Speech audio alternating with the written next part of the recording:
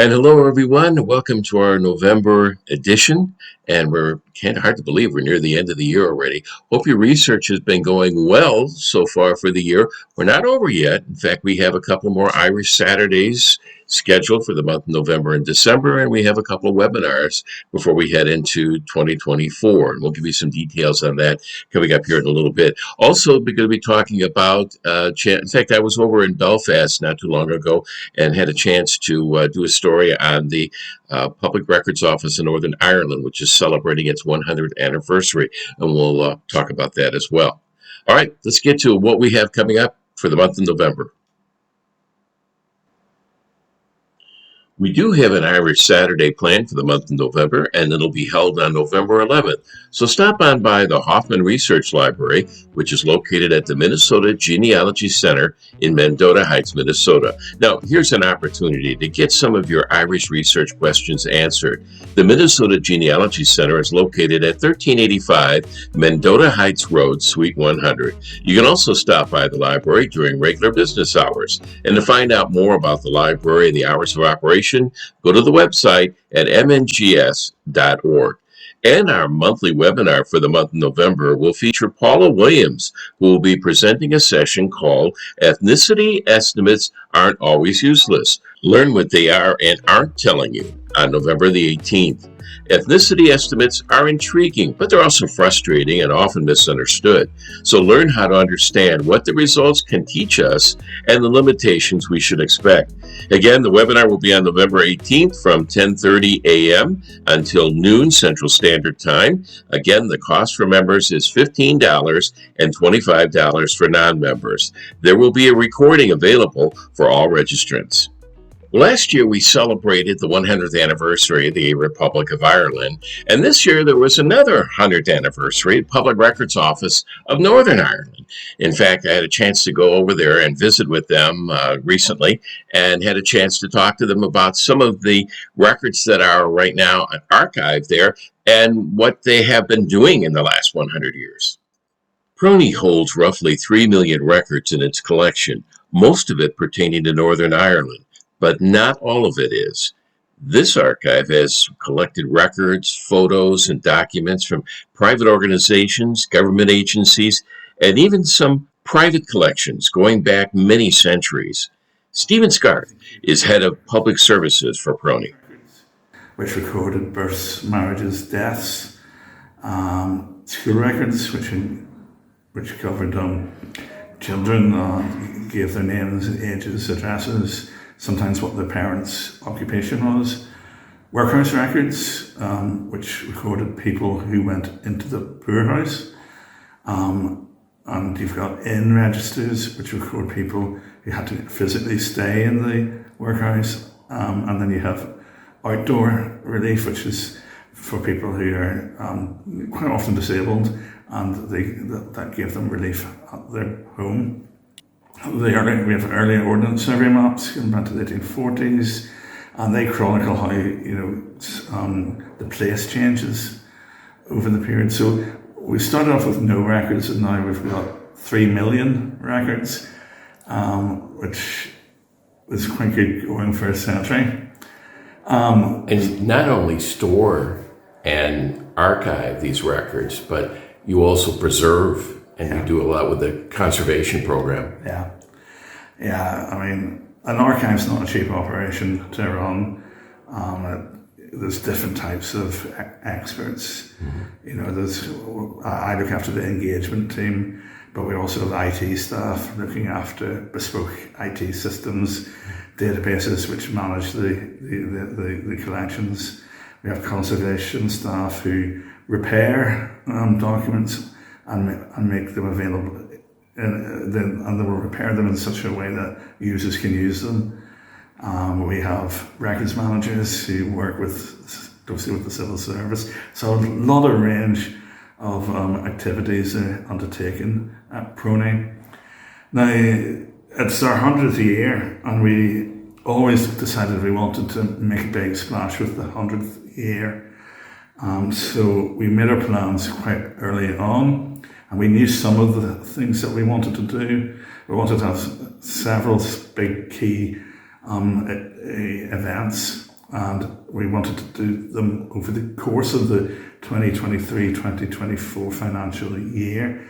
And the reason why we extended it across the year is we're established in June 23, but we don't open our doors till March 24. So that gave us an opportunity for a whole year program. And some of the highlights were that we borrowed two very important documents from the National Archives in London. The first was what's regarded as the Good Friday Agreement. Its official term is the Belfast Agreement, because international agreements have to be named after a place. We borrowed the Belfast Agreement and we held a joint event with our sister organisation in Dublin, the National Archives of Ireland.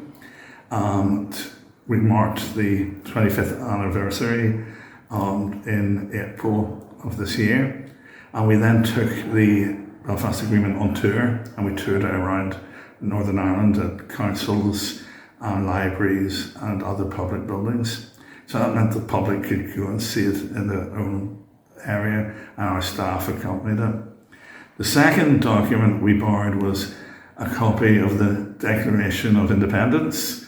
There's still about 20 or so originals intact. So we borrowed that from the National Archives. I should say it's the first time either of those two documents has been displayed in Northern Ireland, and they're the first two documents we've ever borrowed from the National Archives as well.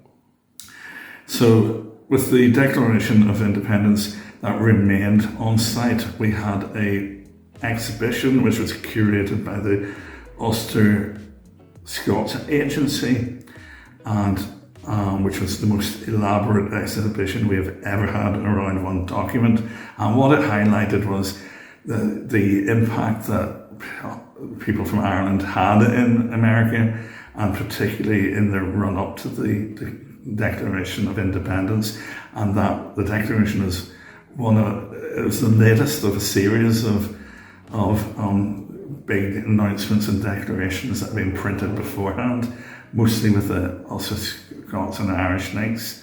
The printer of the Ulster Scots, the printer of the Declaration, was indeed a Strabane man from Northern Ireland, or what would become Northern Ireland, a guy called Dunlap, and certainly the likes of Hancock and others had Irish blood. And there are many others that would agree with what Stephen was saying. John Gordon, who is a retired lawyer and is now the vice chairman to the Ulster Historical Foundation, says that some of PRONI's collection is something that just can't be replaced.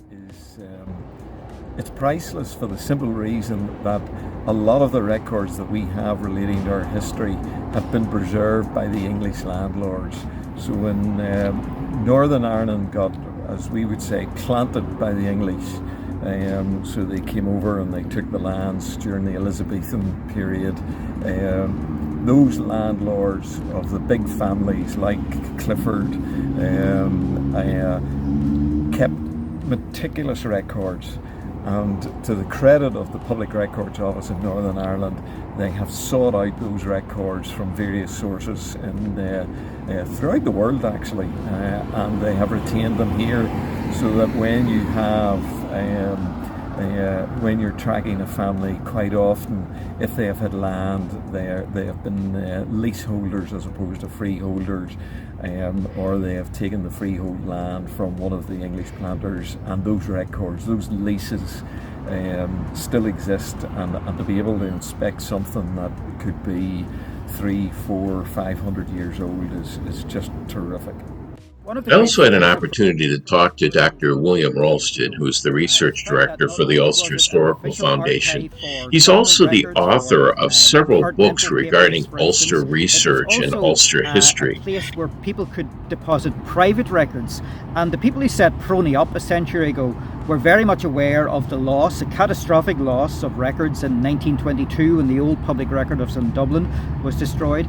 And so the need to supplement those destroyed records by going out and looking for surrogates, whether in landed estate collections, whether it was in records in solicitors' offices. And also PRONI was very anxious to begin to accession church records, to recognise the importance of church records, both for genealogical purposes and also for studying social and religious history.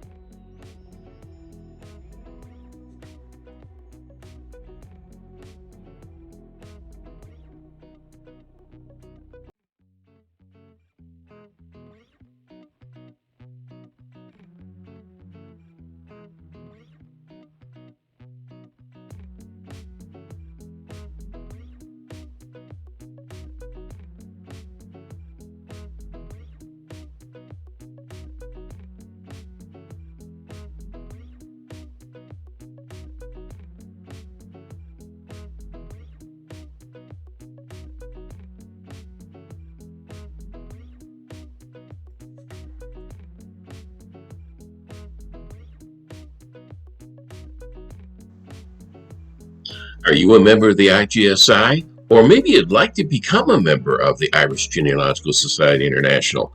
Here's all you have to do. Head to the website at irishgenealogical.org. There you'll find the join link on the left side of the page, and that's where you can sign up and become a member.